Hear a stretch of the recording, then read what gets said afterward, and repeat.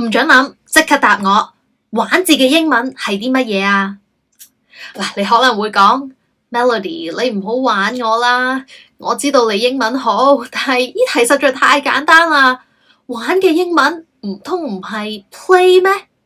嗱，咁好啦，玩電話，大家會唔會直譯做 play phone？ 同朋友玩又係唔係 play with friends 呢？大家好，我係同你一齊學英文嘅 Melody 啊。中文我哋就一個玩字行天下，不過英文如果用錯 play 呢個字，輕則就顯得你好幼稚，重則會造成一啲尷尬嘅誤會㗎。今日我就會教大家一啲關於玩嘅地道英文講法，唔想錯過就記住繼續睇今日嘅影片啦。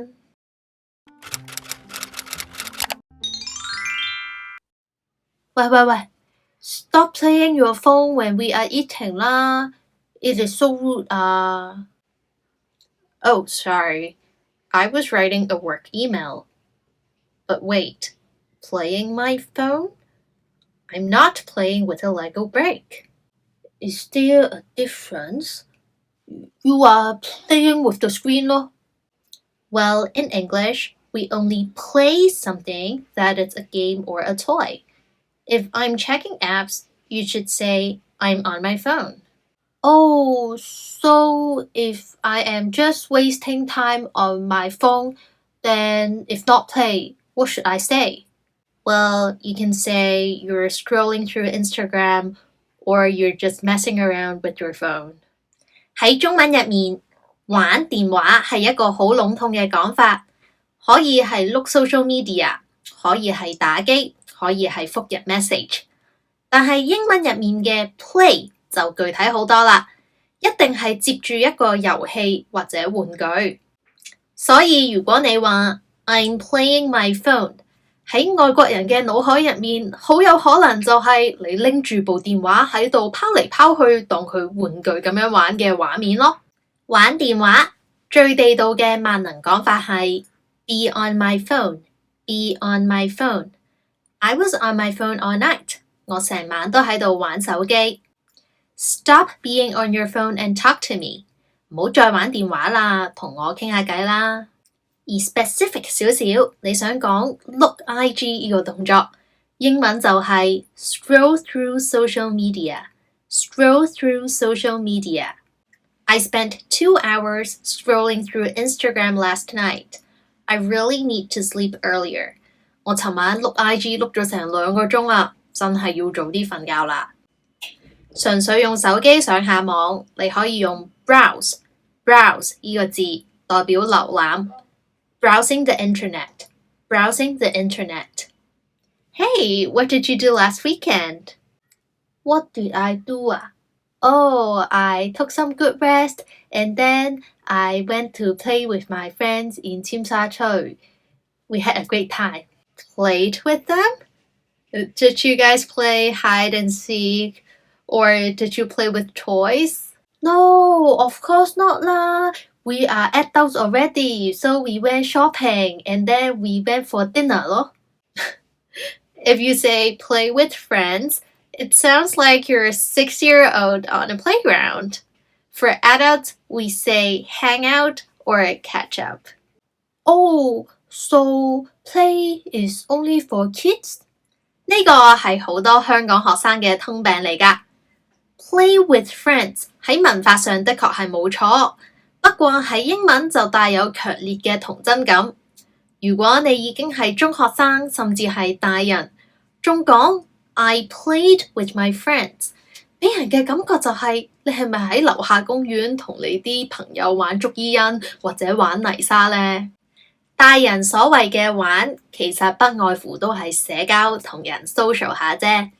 最常見嘅講法係 hang out， 即係一齊消磨時間，冇特定目的嘅。I'm going to hang out with some old friends this weekend。我呢個週末會同啲老朋友聚會，同啲一段時間冇見嘅朋友聚舊，想互相更新一下近況。一個常見嘅講法係 catch up。It was great catching up with you over coffee today. 今日同你飲咖啡聚舊真係好開心啊！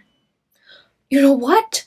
I just won $1 million in the lottery. What?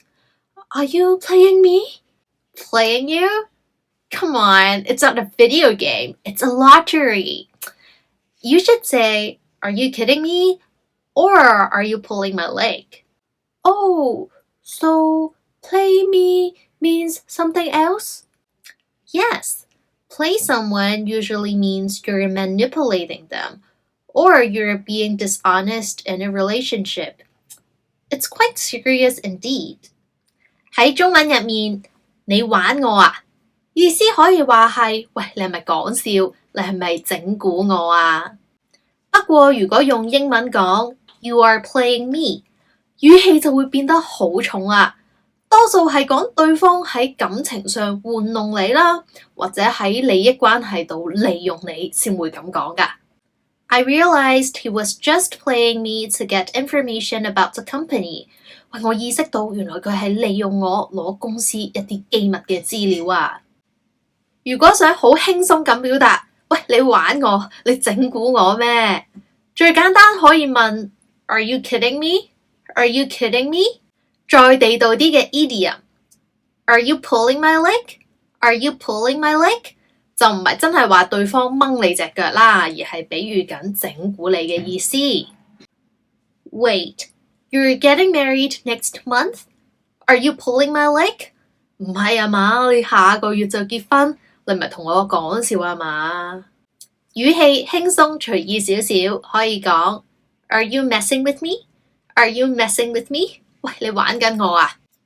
咁大家記住啦，除非真係一啲好嚴重嘅事啦，否則咧應該用上述嗰幾個講法就 OK 啦，唔需要上升到 You are playing me 咁嚴重嘅。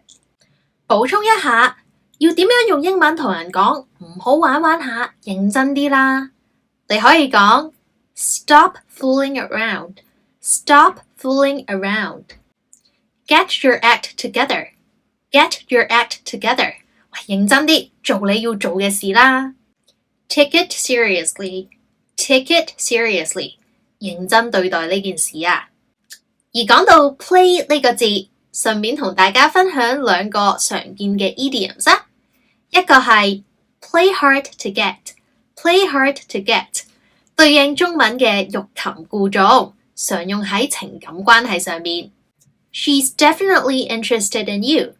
She's just playing hard to get. 喂，佢肯定對你有興趣啦，喺度欲擒故縱啫。另一個好好用嘅 idiom 就係 play it by ear。Play it by ear 即係中文講嘅，喂，執生啦，到時隨機應變。We don't have a fixed plan for the trip. Let's play it by ear. 我哋咧冇個特定嘅計劃㗎，到時隨機應變啦。唔知大家學識未呢？學英文當然就唔可以玩玩下啦。We should take it seriously. 所以針對有應試需要嘅同學，我都會免費送出幾百頁嘅英文精華筆記。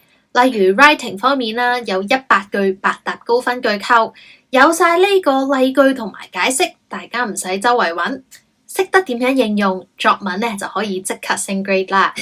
而針對底子比較差嘅同學，呢份筆記都會手把手教你點樣逐步建構英文句子。至於 reading 方面，呢個免費筆記都有超過60題嘅題目啦，咁覆蓋呢個常見嘅題型，同埋都有好多嘅陷阱啊，咁大家可以挑戰下自己，睇下自己會唔會中火。呢份筆記係完完全全免費㗎，大家只要睇返 info box 條 link， 用30秒完成幾個簡單嘅步驟，我就會將呢啲免費筆記 send 俾你㗎啦。如果你係第一次睇我嘅片，我嘅 channel 主要係分享 DSE 同埋 IELTS 嘅讀書心得、考試技巧，有時都會同大家分享英文嘅小知識，或者就咁同大家傾下偈、拍下 vlog。唔想錯過我之後分享嘅精彩內容，就記住訂閱我嘅 channel， 開埋隔離嘅鐘仔，亦都歡迎大家 follow 返我嘅2個 Instagram。好，今日嘅分享就嚟到呢度。I'm Melody and thanks for watching. See you guys next time. Bye!